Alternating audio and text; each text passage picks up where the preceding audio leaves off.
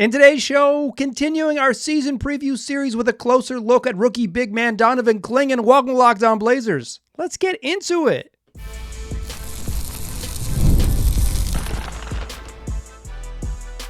You are Locked On Trailblazers, your daily Portland Trailblazers podcast, part of the Locked On Podcast Network.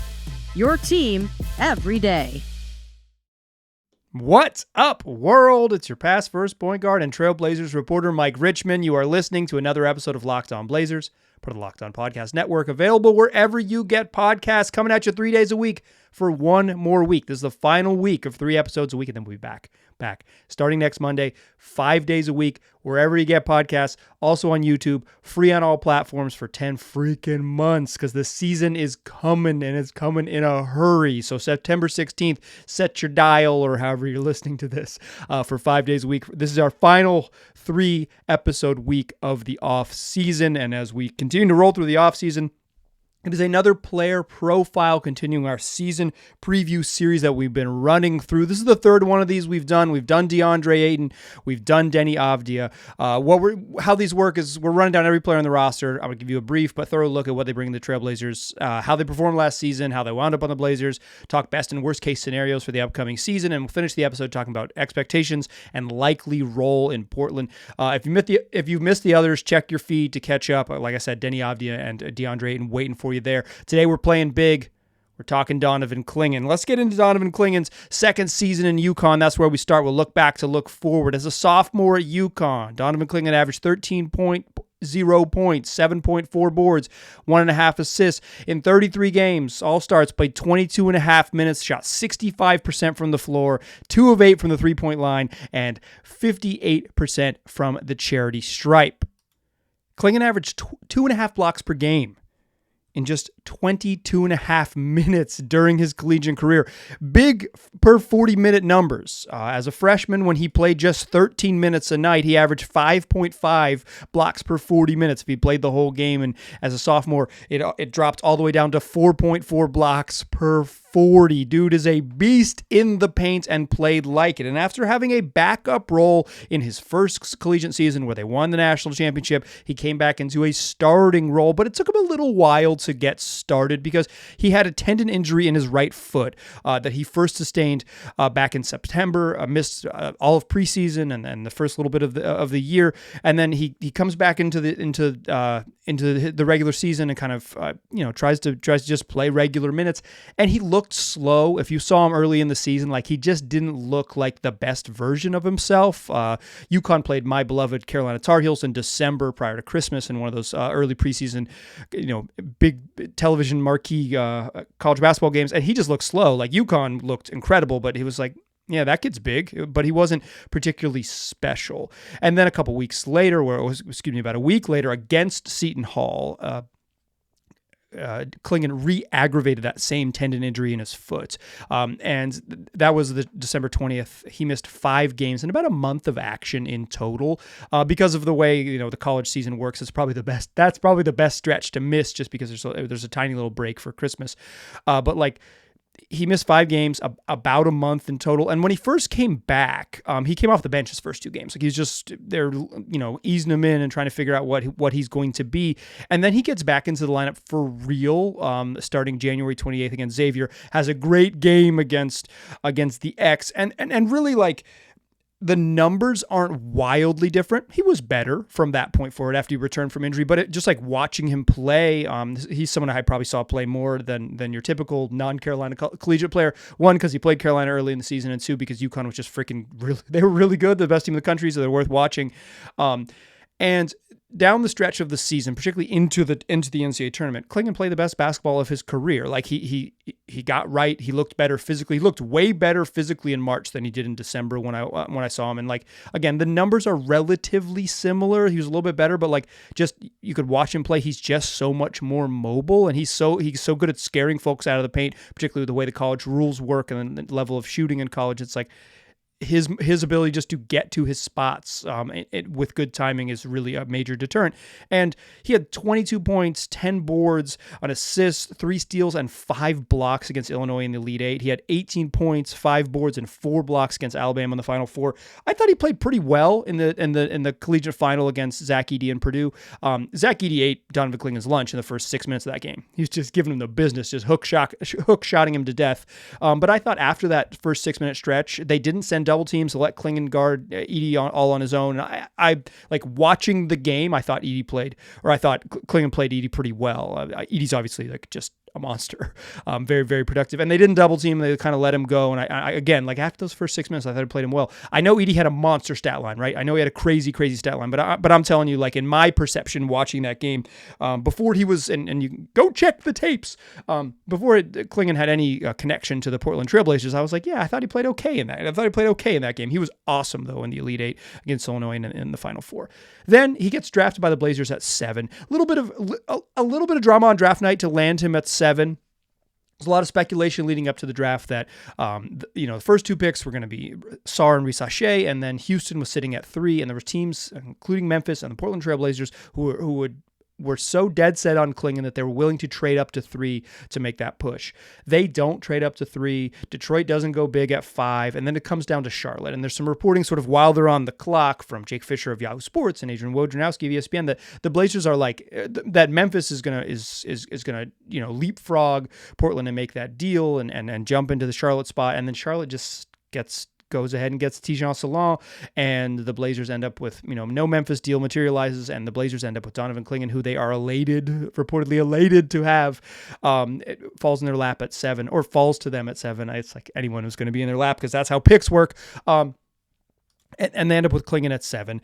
And now they have, presumably, hopefully, their center. Presumably is maybe too strong of a word. What the franchise obviously hopes is their cornerstone anchor center of the future. And Donovan Clingan plays in Vegas as essentially the marquee player, as the biggest name to know. When Scoot Henderson did not participate because the Blazers are bizarre, it was going to be Clingan's show, and Vegas is a weird place for big guys to be the show, right? It's a dudes who can dribble type of atmosphere, but it's not like the team it wasn't going to be a Chris Murray, Ryan Rupert thing. It was going to be Clingan. And the first game for Clingan, he struggled. Like, he just struggled. He shot air balls, only made 1 field goal, finished with, but he's just a beast. He finished with 13 rebounds and 5 blocks. I don't even think he rebounded very well in that game, but when you're that big, you can be legendary in the box score. Then he got it going. In game 2, 8 points, 11 boards, 5 assists, 3 blocks. He finishes his 4-game stint in Vegas, did not play the 5th game for the Blazers. They said, we've seen enough, averaging 9 points, 12.3 rebounds, which led the Las Vegas Summer League, and 4.3 assists, which set a new record, breaking Victor Wembanyama's record that stood all of 1 year for most blocks per game, highest blocks per game average of while hitting the stats minimums. Clingan swatted everything, averaged 4.3 blocks, never had a game where he blocked fewer than 3 in his 4 games in Vegas. He struggled on offense, though, in the desert. Shot 35.7% from the floor, including 3 of 13 from 3 and 3 of 6 from the free throw line. He shot twice as many three-pointers as he did free throws. He's 7'2", and someone who's never cracked 60% from the free throw line in college. I know there's hope that he shoots threes, but a 2-to-1 three-pointer to free throw ratio seems wild to me. Get in the paint, dog. I'm not even some like old school guy. I think there's real value in bigs who shoot threes. It changes a lot of things for defenses, but like, ugh. I did not care for it in Vegas, but if there's a place to experiment, it's Vegas, right? If there's a place to experiment, it's Vegas. I think after a pretty ugly first game from Clingan, I thought the passing ability, the defense, just the giantness, he's just so big, like really showed up in his final 3 games in Vegas, and gave some reasons, some pretty obvious reasons to be hopeful that his skill sets, that the skills that he possesses will translate, and the stuff that he's good at, he can continue to be good at without worrying about what he doesn't do. Like the 3-point stuff is more stuff he doesn't do. The strengths, like, he's always going to be 7'2", 280 or whatever. Maybe he'll fluctuate weight a little bit, but he's going to be, every night that he plays, he's going to be the biggest dude in the gym, or at worst, the second biggest dude in the gym. Like he's just freaking massive. And he had some value in understanding I'm just freaking massive in Vegas. heading into this rookie season is a little bit different.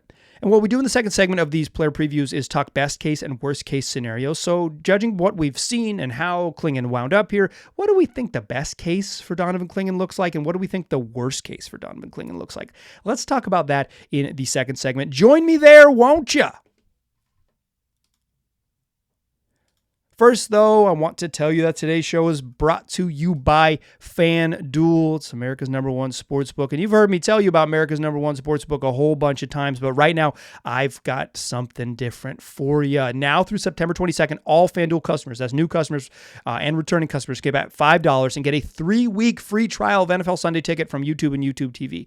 So if you've got a YouTube subscription, you place a bet on FanDuel, you can get a free trial. If you want to switch over to YouTube TV, you are eligible for that free trial. If you got a YouTube TV base plan, you'll be able to watch every regular season Sunday afternoon out of market game. All you need is a Google account and a current form of payment, and you can cancel anytime. Just to visit FanDuel.com to download America's number one sports book. All right. Let's talk best and worst case scenarios for Donovan Clingan. This is best case scenarios within reason. We're not talking about MVPs for dudes who can't win MVPs, and this worst case scenario without injury. We're not talking about people's bodies breaking down. We're talking about the worst case scenario that happens within the lines. That's what we do it here. We set the polls. The idea is that everyone lands in the middle, and then we'll revisit these at the end of the season to see how correct we got. But the idea is to set up the far ends of the outcomes and have Clingan land in the middle. So what's the best case scenario for Donovan Clingan? It's that by February or March, it's abundantly clear that he is the center of the future. That doesn't mean that he is like wholly dominant, the second coming of, Bill Walton meets LaMarcus Aldridge or something like that. It means that as a young man who spent 2 years in college, after a half season and a little bit more in the pros, it's clear he's going to be a very good NBA center, and you do not have to worry about that position because you nailed it in the draft. Certainty is the best case scenario for Donovan Clingan. So what does certainty look like? It looks like that the stuff that he showed flashes of in Vegas and was very good at in college really translate. He's an elite shot blocker. He is not this crazy, versatile, run around the court guard at 35 feet modern center. He's big, and he's going to play big. He's going to be gigantic and in the way, which means he's going to drop low on picks. He's going to guard the paint and protect the rim. The most valuable defense you can still play in the NBA is to prevent teams from making layups. It absolutely still has the most value. There are other defensive things that matter in the modern league, but the most important one is stop dudes from making layups. And the best case scenario is that Donovan Clingan, with those gifts and with the shot blocking he showed in college and with the shot blocking he flashed in Vegas in Summer League, that it's clear that he's going to be very good at that, and they don't have to worry. And it's clear that the passing skills as a high post hub, as a dribble handoff guy, as a short roll decision maker when he sets screens and doesn't roll out of the rim but catches it short and has to read a defense on the fly, it's clear that all of that works. And plus, the offensive stuff that maybe is in question, he's got at least it figured out what he does and dialed. So he has a little quick jump hooks. He's got a little push shot. He's able to find himself working the baseline for a dunker spot, little dump-ins, duck-ins, and mini lobs. He's not an above the rim guy, but he's big enough that he can catch little lobs he's not going to jump to 15 feet, but he can easily play at 11 and a half, if that makes sense to you. And a little bit of the shooting has translated. He improves as a free throw shooter, and when he is opportunistic and smart about taking threes, it works. And the best case scenario is that when you get to March, you get to this sort of okay, the season's over and now we're kind of shifting into aggressive losing mode. Well, not every team does this, but the Portland Trail Blazers do. By the time you get to March, it is abundantly clear that Donovan Clingan is the center of the future. And so your other decisions moving from there forward become simpler. Everything becomes simpler because you have that part dialed. That's the best case scenario, is you have the clarity from Clingan. What's the worst case scenario? It's that the offense is rough all year and the defense doesn't fully translate to the point where it's clear he's going to be a highly effective defender in the league. I don't think there's a world, I don't think there is a worst case scenario in which Clingan is just terrible. But I do think there is a world in which He shot under 36% from the field in Vegas. I think he'll be a little bit better playing with NBA guards and playing with like competent guard play, but he's not going to magically like that. That's going to help a little bit, right? Undeniably, that's going to help, but it's not going to magically change some of his struggles. His touch away from the rim, his touch, he's not a great, like I said, he's not a crazy vertical guy, so he's not going to catch a bunch of lobs. He's big enough to catch lobs with the runway, but he needs a little space. He needs that guard help. It's the 3-point shooting is mostly theoretical. It hasn't really been functional at any point in his collegiate career. Although the Blazers released a video where Mike Schmidt said that he Clingan shot 37% or 38% as a high school center. That was a good stat. I don't know if that means anything, but I love to hear it from the Blazers front office. It is the worst case scenario is that Clingan looks like a rookie. It's that he is clearly not ready and that you don't have that clarity. I think there's a world in which, he didn't foul a bunch in Vegas, and I think that's a really good sign. But Vegas is different from, like, Summer League is different from the NBA, and there's a world where he just struggles to stay on the floor because of foul trouble. He only played 22 and a half minutes his sophomore year, a game at his sophomore year at UConn. There's a world in which just his conditioning doesn't allow him to be a high-level contributor beyond like an 8-10 minute stretch. And so he can't get hot in a quarter and keep playing because he literally can't stay on the court. Like, he just can't get the most out of him. So he's like, okay, well, he can play like 6 minutes at a time at the very most. And there's a world where he learns that. Like, he learns some physical challenges and how to deal with them during his rookie season. The worst case scenario is that Donovan Clingan looks like a rookie center, and when you get to February and March, instead of having clarity about the future, you have hope that that the good stuff translates and the bad stuff fades. The worst case scenario is that Clingan, like so many young big men before him, looks like a dude who's going to need more time and isn't an easy plug and play defender. In general, the idea is that guys land in the middle here. I think Clingan doesn't have, like, while I mentioned clarity, I do think Clingan has a chance to be like pretty good, right? Because I think he has a strong understanding of what he does. I think they can kind of cut down on the 3-point. It's like, if he didn't shoot 13 threes in 4 games in Vegas, I'm not complaining about the jump shooting, right? I just think he took too many. I don't think he'll shoot like that, and like with the frequency when he plays in the NBA. I think he'll have a more dialed in role, and everything else about other than the 3-point decision making, everything else about Clingan's game is like he very clearly understands what he does, right? He gets it on as a high post passer and decision maker. He gets it as a defender. Like he doesn't get outside of his skill set in those spots, and he's competitive. Like he was yelling and beating his chest in Vegas, and you like to see someone who plays with fire. Like, why I say it's clarity is I don't know that there's a world where Clingan is like this dominant force as a rookie, but I do think there's a world in which, like, I do think the best case scenario is a world in which it's like, yeah, he's not very good right now, but it's obvious that he's going to be. And I think the worst case scenario is like, why I think it's relatively narrow is like the worst case scenario isn't that it's like, oh, this dude cannot play. It's like he has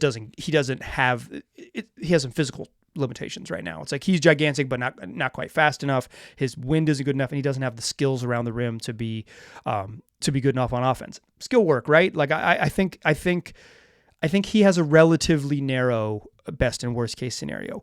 The feeling, though, is pretty broad, is why I mentioned the sort of the narrowness of, I think, like sort of the actual statistical outcomes and stuff. I bet Clingan's going to be nuts as a per minute producer. I bet he's going to be nuts. Because he's going to block like, a shot and a half a game, but he's only going to play 14 minutes or something.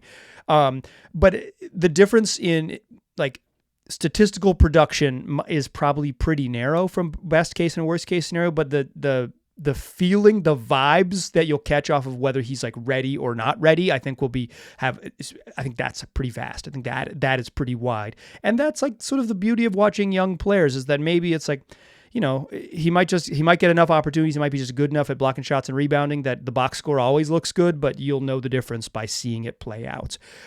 Speaking of seeing it play out, let's talk his rookie season, expectations, role, how he's going to play, and kind of what it might look like for the Trailblazers. That's what we'll do to close the show. Join me in that third segment, won't ya?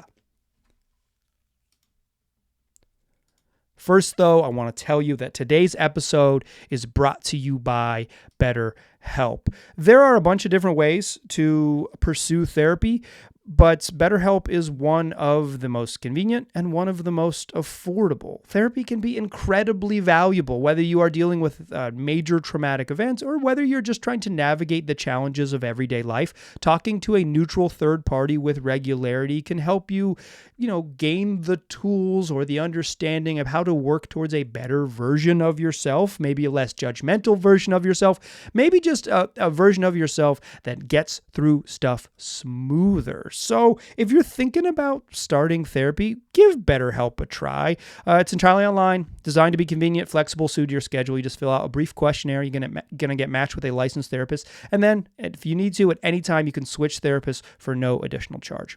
Rediscover your curiosity with BetterHelp. Visit BetterHelp.com/LockedOnNBA today to get 10% off your first month. That's BetterHelp, HELP.com/LockedOnNBA. Still a pass first point guard. I'm still Mike Richmond, and you are still listening to Locked On Blazers. Let's talk expectations for Donovan Clingan. So his role is somewhat murky. Not in like I can't imagine where he plays. Donovan Clingan is the strongest, most likely outcome is that Donovan Clingan plays between 14 and 18 minutes off the bench and is the Blazers' backup center. The murky part isn't Clingan. The murky part isn't the guy they drafted 7th overall. You don't draft a guy that high and then bury him. You don't draft a guy that high on a team with no expectations to be competitive and then bury him. Donovan Clingan is going to play. They're going to figure out a way for him to play. It's incredibly important that he plays. It's important for the immediate term, medium term, and long term of the franchise that Donovan Clingan gets to be on the court with regularity. He has to play. There is no logical world in which Donovan Clingan sits and watches. And yet, you look at this roster, and if Rob Williams is healthy, what do they do with him? The Blazers have 4 centers. They have weirdly depth at a lot of positions. But because they're sort of light on talent, there's only so many clear strata. There's only so many clear tiers, and they're missing sort of that A1 tier at every spot. But Clingan's not going to start. That's going to be DeAndre Ayton. He's going to play 31, 32 minutes a night. So there are something like 16 minutes of backup center minutes available. That's why I think he'll play between 14 and 18. The number between 14 and 18, that's 16. But, each game is different, and that's how averages work. But I think that's, in general, that's about how much that Clingan will play. But if Rob Williams is healthy, Rob Williams is really good, and also straight up a lot better than Donovan Clingan is going to be in October. Rob Williams is healthy. Rob Williams is one of the best defensive players in the NBA. He's also a pretty good passer with limited range. He's a smaller version of what, and more athletic at one point, version of what you want Clingan to be. Clingan is the jumbo size, not as springy Rob Will, but really good passing, big man, good defender who can fit into an offense with creativity but can't shoot. They're not that similar players, but they have some overlap skill set wise, to be certain. It's hard to play them together. The Blazers' second unit, as it looks right now, is already so light on shooting. You're going to throw Rob Williams into the mix and play a 2-center lineup with even less shooting if you take out Jabari Walker's minutes off that group. Ugh. I don't know what it looks like. That remains the big question to me. Is what do they do with Rob Will? That is such a big part of Clingan's world. I don't know that Williams is going to be healthy. He was pretty coy about his health. And when he spoke, months and months ago, back in April, to reporters at the end of his season about his sort of availability, he hadn't been cleared to play 5-on-5 yet. It's unclear to me, just looking at his social media presence, if he's playing 5-on-5 yet. He's certainly working out, but kind of what he's able to do. His sole situation is a huge question mark, and his whole huge question mark makes Donovan Clingan's situation a little more confusing. But they're going to play Clingan. He's going to play. They're going to figure out a way to play him. It's just, do they play him in lineups that are even stupider and make no sense because the roster is a little bit crowded at certain spots? Or do they just does Rob Williams watch a lot? Does he watch a lot of games? Healthy Rob Williams sitting out would be would also be weird. Maybe not for like the, again, medium and long-term health of the franchise, but it'd be, if Rob is like cleared to play and not playing on this particular team, that's weird. And that complicates everything. At that number, 14 to 18 minutes, I don't think Donovan Clingan has a path to win Rookie of the Year, because Rookie of the Year is mostly a counting stats award, and it's like a points per game thing. And I don't think Clingan is going to be like an elite points per game guy by any means. But again, it just might not have enough minutes. Like often the rookie awards, not Rookie of the Year necessarily, but often, and then certainly the all rookie team awards are just like who plays the most minutes. This person played the most minutes, so they're going to get the most counting stats. So I'm a vote for him because I'm going to like voters sort by points per game or rebounds per game or something for rookies. And they just like, and that's how you vote. Like it shout out to my man, Carolina legend Tyler Zeller, second team all rookie. I don't think rookie teams are either like predictive or indicative of success or even like something to be like super excited about. But the Blazers, if they were to draft 3 consecutive players in the top 7 and have none of them land on the all rookie teams, that'd be bad news. So I think while Rookie of the Year is probably out of the question for Clingan, unless injuries and his sort of like conditioning allows him to play 25 plus minutes a night. If Clingan played 25 plus minutes a night, he would probably flirt with 10 rebounds because he's just gigantic. And if he's a rookie who averages like 9 and 10, depending on the rest of the rookie class, he could be well regarded. But I obviously like scoring is going to be what wins the Rookie of the Year award. But I think Clingan's goal and the goal for like sort of the health of the Blazers franchise needs to be for him to be an all rookie team contributor. He needs to be clearly one of the 10 best rookies drafted in his draft class. You cannot draft 3 straight guys in the top 10 and not have any of them be regarded by voters. Doesn't mean they will be, again, not indicative or predictive, but 3 straight top 10 picks, top 7 picks, not regarded by voters as one of the 10 best players in the rookie class. That would be bad news. That'd be bad news for the Portland Trail Blazers. So my expectations for Donovan Clingan is that can't win Rookie of the Year, but he should, and you expect him to be a member of one of the all rookie teams, because I think they drafted him to play. They drafted him to be the future, and they need to, it's imperative based on their situation as a franchise to find him 15 plus minutes a night to play every single night, basically every game of the year that he's available. That's just how it has to work. In terms of like on-court expectations, I think he's going to be pretty bad on offense. I think what we saw in Vegas is pretty clear that he's just not quite there to play pro level on offense. And this was my early scout in Clingan. Again, go check the tapes. Like in the spring when I was doing the sort of draft stuff, my number one question was Clingan is I don't know how he scores in the NBA. And I still feel that way. Having professional point guard play will help him a lot, and it'll kind of clarify how he might be able to score. But I think year one is going to be rough for him as an offensive player. I think he'd be pretty good on as a scorer, I should say, on offense. I think what I want to see him in year one is become creative with dribble handoffs, set good screens, be a high post passer so you can throw it to him in the high post, and if they don't come out and guard him, that he can be smart.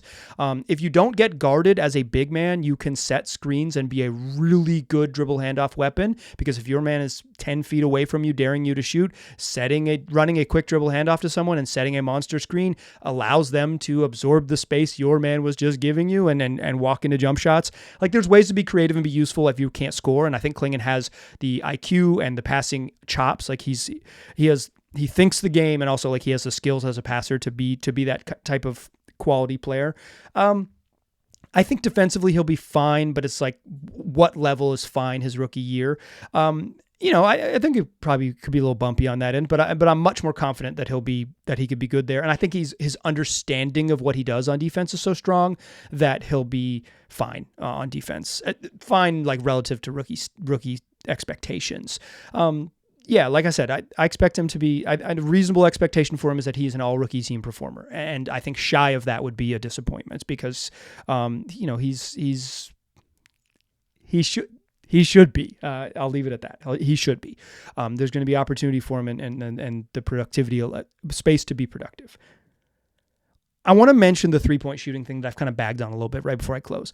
I'm not against Donovan Clingan ever shooting a 3-pointer ever at any point. What I am against is him trying to make that part of his game before the other parts of his game are strong. I think the best way for him to be a contributor in year one on offense is to be a garbage man. Go to the rim and get offensive rebounds. Be gigantic. Go get the ball off the rim and score. When you set a screen, roll to the rim. Don't pop, because your vertical spacing and someone his size rolling down the lane is going to create a lot more concern for defenses than someone kind of floating around the perimeter. You can't be a rebounder. You can't be a guy who scores at the rim if you are daydreaming about something you're not very good at 22 feet. It's fine if he shoots trail threes. It's fine if he tries to add some of that to his game. The Blazers are in a situation where players trying to expand their game is totally fine, and I don't think Clingan should never, ever, ever do it, particularly if smart people who scout professionally think that that's something he could add to his game. I just think it should be so low on his priority list that he basically never does it. On the other hand, like his counterpart, DeAndre Ayton, who lives off a diet of 20-footers, back up 2 feet and shoot some 22.5-footers, dog. Like, it's not like there's not a blanket for how I believe in this. I think it's skill set specific, and I'm not sure that Clingan, a guy who never hit the 59% mark from the free throw line in his 2 collegiate seasons, should be launching threes in the NBA.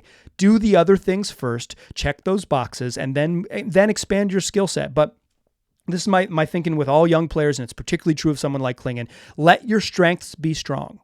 Make sure your strengths are strong. Do what you do well, then worry about adding to your weaknesses and carving out your other skill sets. But I am going to be anti-Clingan shooting threes until he's good at other stuff on offense. Don't add another wrinkle that you're bad at. Find something that you can do well and then go from there. If he operates out of the high post and he's a passer at the top of the key and they run those, like, to use a jargony term, like delay action, where the center gets the ball at the top of the key, and he has, a late clock opportunity where they're daring him to shoot, that's okay. But making it a part of your regular arsenal seems just like a silly approach, a very silly approach developmentally. Okay, that is going to do it for our Donovan Clingan profile. Later this week, I've got, this is our last 3-episode week of the off season. Then we'll be back 5 days a week. Keep it rolling. I'm excited. I hope you are too. I need your help, though. Send me some mailbag questions. I have a couple that I like, but I'm looking for 3 or 4 more, 2 or 3 more, somewhere in that range. So lockedonblazerspod@gmail.com is the address. Lockedonblazerspod@gmail.com. Send me a mailbag question. If it's about trades, I am going to ignore it. So ask me anything else, because that's what we're going to do. I also have a fun season preview thing planned for Friday's show. It might not be done in time, so it might be coming, but we got a fun week ahead. So help me out with the mailbag questions, and then tell your friends about the program. Free on all platforms, everywhere you listen to podcasts, and also on YouTube. I appreciate you listening. Come back for Wednesday's show. I'll talk to you soon.